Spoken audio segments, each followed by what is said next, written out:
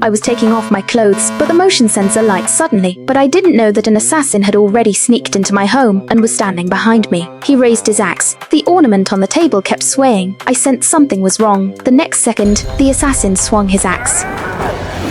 Luckily, I dodged it. As he pulled the axe back, I dashed into the room and shut the door. I propped the door shut with the table and curled up in the corner. By then, the motion sensor was off the charts. The killer was smashing the door with all his might. I pulled out my phone to try to call for help, but since I'm deaf and mute, calling the police was out of the question. I opened the window to try to escape, but it was simply too high. Just then, the sensor stopped flashing. I crept closer to the door to see if the killer had left.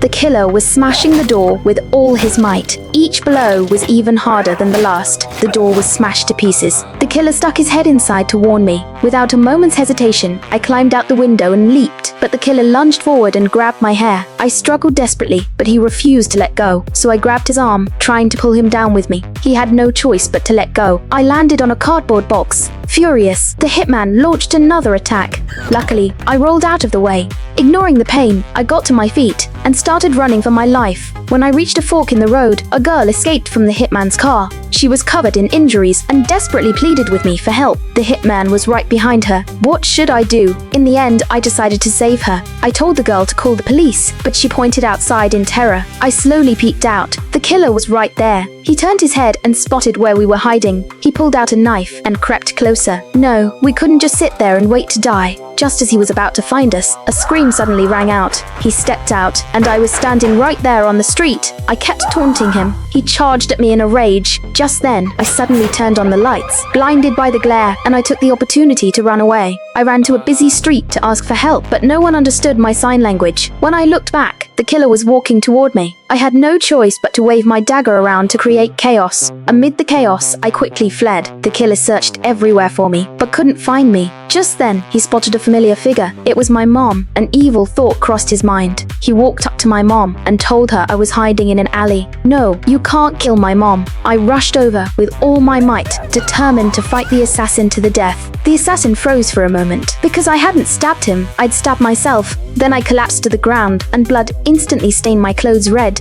Seeing the knife in my hand, the assassin finally realized what I was trying to do. He tried to explain to the people around him, but no one believed him. The police arrived. He was successfully arrested.